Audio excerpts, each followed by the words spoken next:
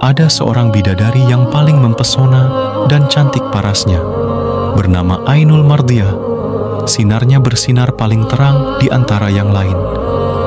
Bidadari ini adalah hadiah dari Sang Pencipta bagi orang-orang yang berjihad di jalannya.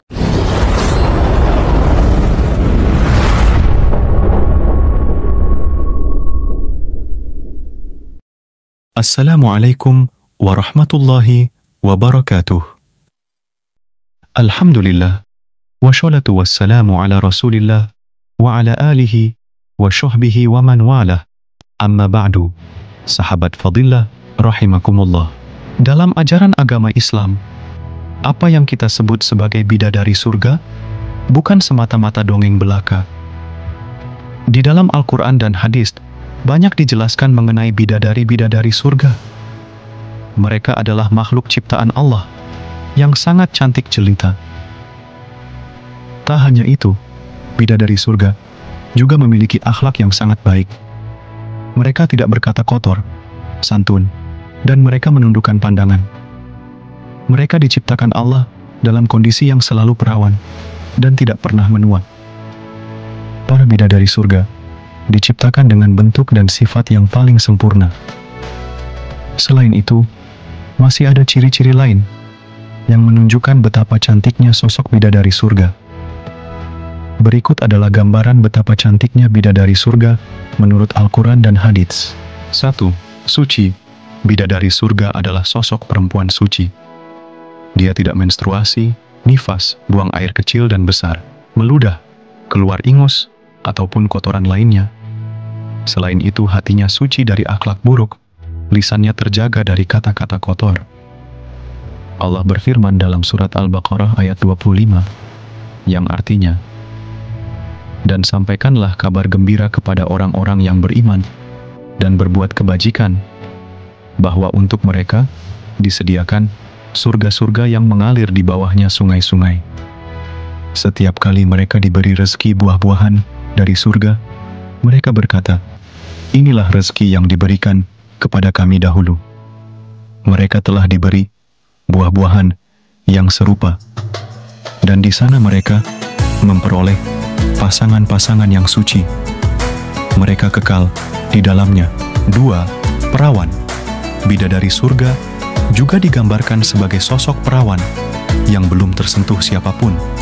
Hal ini dijelaskan dalam Al-Quran, surat Al-Waqiah, ayat 35 hingga 37, yang artinya, kami menciptakan mereka, bidadari-bidadari itu, secara langsung, lalu kami jadikan mereka perawan-perawan yang penuh cinta dan sebaya umurnya. 3. Terjaga kehormatannya. Bidadari surga adalah sosok yang terjaga kehormatannya. Mereka menjaga pandangan dan terjaga dengan baik, layaknya telur yang tersimpan dengan baik. Allah berfirman dalam Al-Quran surat Asy-Syafat ayat 48 hingga 49, yang artinya, "Dan di sisi mereka ada bidadari-bidadari yang bermata indah dan membatasi pandangannya, seakan-akan mereka adalah telur yang tersimpan dengan baik." 4. Wangi. Selain digambarkan mengenai keindahan fisik dan akhlaknya, bidadari surga juga digambarkan sebagai sosok yang berbau harum. Rasulullah Shallallahu Alaihi Wasallam bersabda, "Sekiranya salah seorang bidadari surga datang ke dunia, pasti ia akan menyinari langit dan bumi, dan memenuhi antara langit dan bumi dengan aroma yang harum semerbak. Sungguh tutup kepala salah seorang wanita surga itu lebih baik daripada dunia dan seisinya." Hadits riwayat Bukhari dan Muslim. 5. Bermata jeli seperti mutiara. Selain suci, bidadari surga juga digambarkan sebagai sosok yang sangat cantik, yang memiliki mata jeli seperti mutiara. Allah berfirman dalam Al-Quran, surat Al-Waqiah, ayat 22 hingga 23, yang artinya, "Dan ada bidadari-bidadari bermata jeli, laksana mutiara yang tersimpan baik." 6. Sopan dan pemalu.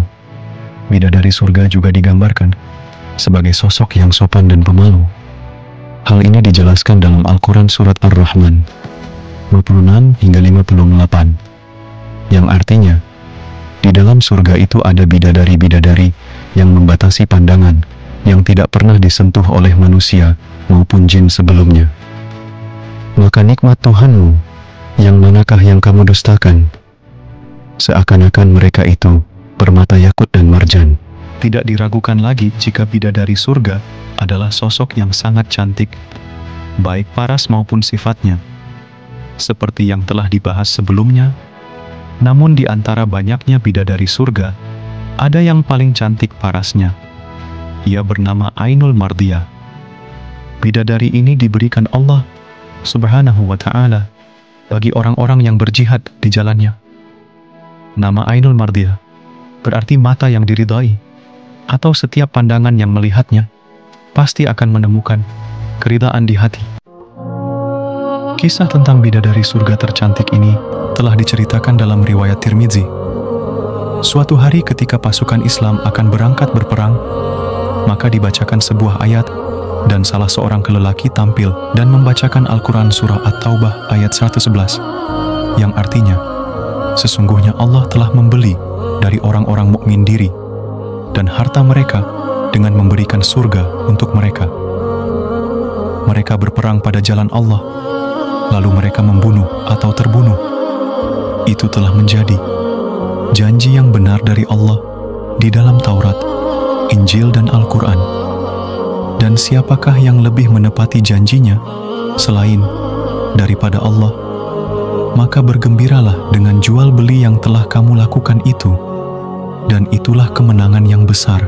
Tiba-tiba seorang remaja yang berusia sekitar 15 hingga 19 tahun bangkit dari tempat duduknya. Anak muda ini adalah seorang yang kaya. Ia baru saja mendapatkan harta warisan ayahnya yang cukup besar yang baru saja wafat.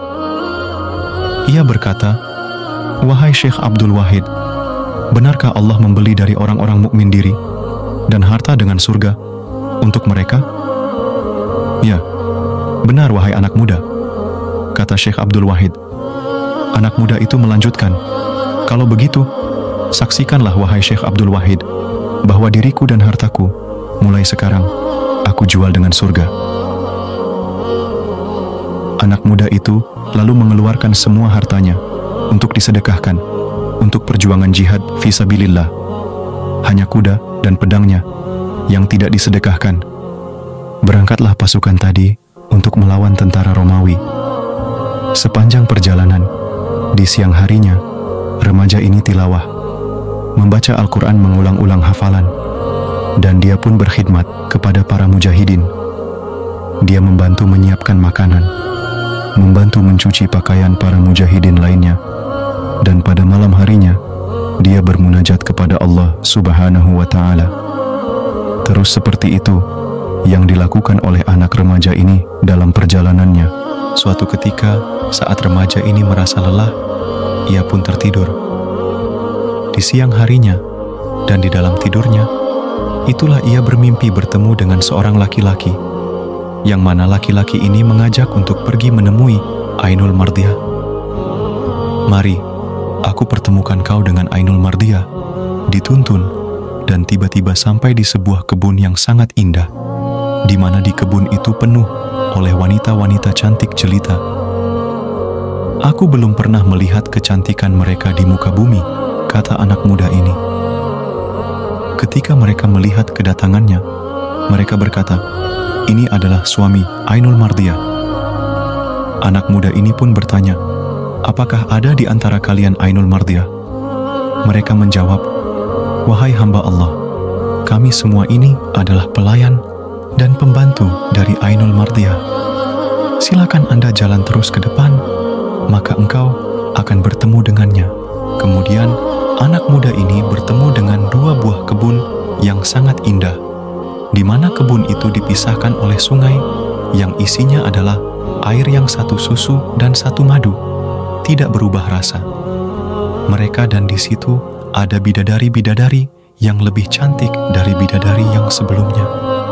Ketika anak muda ini melihat kecantikan bidadari yang kedua ini, ia lupa dengan kecantikan bidadari yang pertama.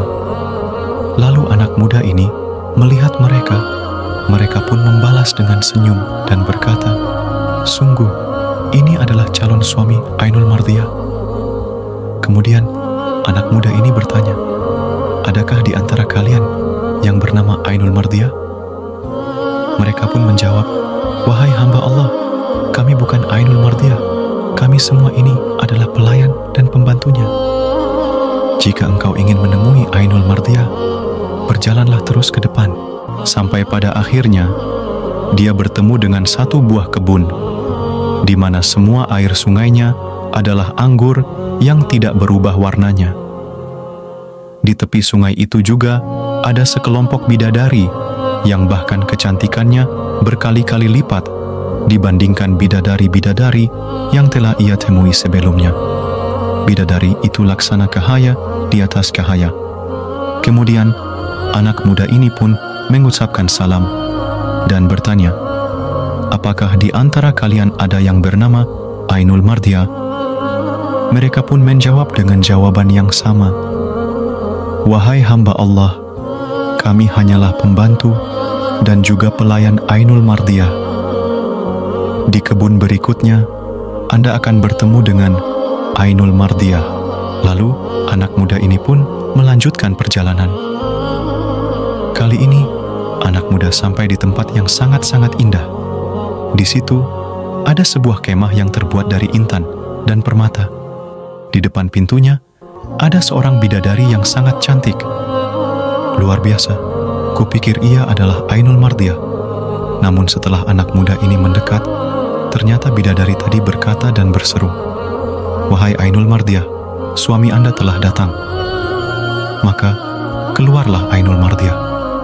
Cahaya demi cahaya terpancar indah, membuat mata anak muda itu terbelalak. Harum tubuhnya membuat ia terbang, serasa melayang badannya. Ia adalah sosok bidadari tercantik yang pernah kulihat sepanjang perjalananku ini. Aku sangat terpesona saat menatapnya. "Apakah engkau Ainul Mardiyah?" Dia pun menjawab, "Ya, aku Ainul Mardiyah." Lalu dia berkata, "Selamat datang, wahai hamba Allah. Sungguh, sebentar lagi engkau akan mendatangi kami." Kemudian, anak muda ini pun menghampiri Ainul Mardiyah dan bermaksud untuk memeluknya. Namun bidadari yang sangat cantik itu berkata, "Bersabarlah, engkau belum diizinkan mendekat kepadaku karena ruh kehidupan dunia masih ada dalam dirimu. Bukankah engkau sedang berpuasa? Sebentar lagi, kita akan buka puasa bersama." Subhanallah, betapa indah makhluk yang kau ciptakan ini. Namun, di tengah-tengah kebahagiaan yang tiada tara itu, tiba-tiba aku terbangun dengan menyebutkan nama Ainul Mardiyah. Aku baru saja mengalami mimpi yang menakjubkan. Berceritalah anak muda itu kepada Syekh Abdul Wahid mengenai Ainul Mardiyah dalam mimpinya. Kemudian selesai ia bercerita, tiba-tiba ada segerombolan prajurit musuh yang datang menyerang. Anak muda itu pun bangkit dan berkata, "Izinkan aku di barisan depan, berhadapan dengan tentara Romawi." Semua yang melihat remaja ini membawa pedang berpikir, pastilah pedang itu sangat berat baginya. Namun, apa kata Syekh Abdul Wahid? "Demi Allah, aku melihat seolah-olah pedang ini hidup dan terbang, membawa jasadnya. Jadi, bukan dia yang mengayunkan pedangnya, tapi pedang yang membawa tubuhnya seperti itu. Dan dalam waktu singkat, aku melihat 9 tentara Romawi tumbang di hadapannya. Perang pun semakin berkecamuk, sehingga aku kehilangan anak muda itu. Alhamdulillah, kami bersyukur kepada Allah Subhanahu wa Ta'ala. Perang kami menangkan, tapi kami kehilangan jejak anak muda itu. Aku tidak menemukan di mana jasadnya." Tiba-tiba, angin berhembus dengan lembut, mengantarkan aku kepada pemuda tadi. Wangi yang luar biasa tercium dari angin tadi, seolah hembusan angin itu menuntun kami pada sosok yang menyebarkan aroma yang wangi itu. Setelah kami ikuti, maka apa yang terjadi? Jauh dari tempat di mana kami berdiri, aku temukan pemuda tadi sudah wafat, dengan luka yang penuh di tubuhnya. Anak muda itu pun meninggal dunia sebagai syuhada, tepat di waktu berbuka puasa. Wallahu a'lam bishawab. Semoga apa yang disampaikan tadi dapat memberi manfaat dan kebaikan bagi kita semua. Tentunya kesempurnaan hanya milik Allah Subhanahu wa Ta'ala semata. Karena itu saya memohon maaf atas ucapan dan tindakan yang tidak mengenakan bagi para pendengar. Wallahul muwafiq ila aqwamit thariq akhirul kalam. Wassalamualaikum warahmatullahi wabarakatuh.